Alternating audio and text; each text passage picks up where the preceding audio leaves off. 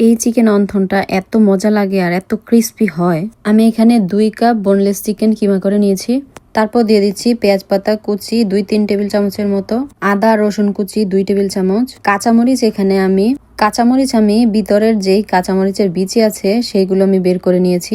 একেবারে কুচি করে পেঁয়াজ দিয়ে দিয়েছি 3 টেবিল চামচের মতো। চাইলে কিন্তু আপনারা এখানে ক্যাপসিকাম কুচি করে দিতে পারেন, একবারে কুচি কুচি করে দিবেন। তারপর দিয়ে দিচ্ছি 2 টেবিল চামচ সয়া সস ভরে ভরে। তারপর দিয়ে দিচ্ছি গোলমরিচের গুঁড়া 1/2 চা চামচ, লবণ দিয়ে দিলাম স্বাদ মতো। তারপর সবগুলোকে মাখিয়ে এখানে গরম করে কুকিং অয়েল দিয়ে দিলাম 3 টেবিল চামচ করে। তারপর সাথে সাথে এটাকে মেখে নেবেন। এই তেলটা দেয় কারণ হচ্ছে স্মেলটা অনেক সুন্দর আসে। তারপর এখানে আমি 1 টেবিল চামচ শিক কাবাবের মশলা দিয়ে দিচ্ছি। এটা স্কিপ করতে পারেন, কিন্তু আমার মন চাইলো তাই দিলাম। ওই যে রোজার মধ্যে যে সমোসার শিটগুলো এনেছি সেইগুলো দিয়ে কিন্তু আজকে এই রেসিপিটা তৈরি করছি। তো আমি এখানে 4 ফোল্ড করে কেটে নিচ্ছি, দেখে হয়তোবা বুঝতে পারতেছেন। আপনারা চাইলে কিন্তু খালি ময়দার ডো দিয়েও এরকম করে করতে পারেন, সেটাও কিন্তু খেতে অনেক টেস্ট হয়। আজকে আমি অন্থনের 2টা ভাঁজ দেখাই দিব, আপনাদের যেভাবে সহজ মনে হয় সেইভাবেই করতে পারেন। তো আমি কিন্তু এখানে 2টা শিট একসাথে নিয়ে নিছি, আর পুর কিন্তু বেশি করে দিবেন না।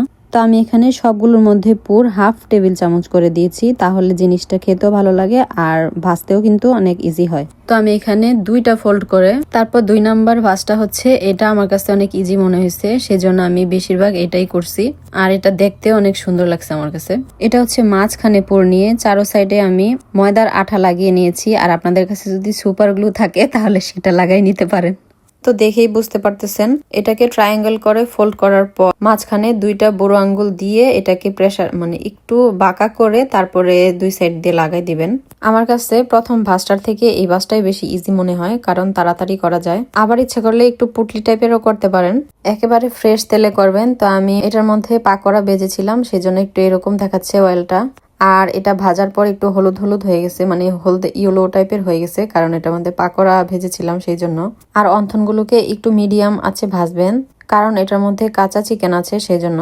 আর এটা যে খেতে এত মজা লাগে, না বানাইয়া খাইলে বুঝতেই পারবেন না। আমার ছেলে যখন আমি ইফতার করি তখন খালি এইটাই খোঁজে। তো সরি, বাসার মধ্যে সেদিন গেস্ট ছিল সেই জন্য ভেঙে দেখাতে পারলাম না। তো রেসিপি ভালো লাগলে আমার সাথেই থাকবেন। আল্লাহ হাফেজ, আসসালামু আলাইকুম।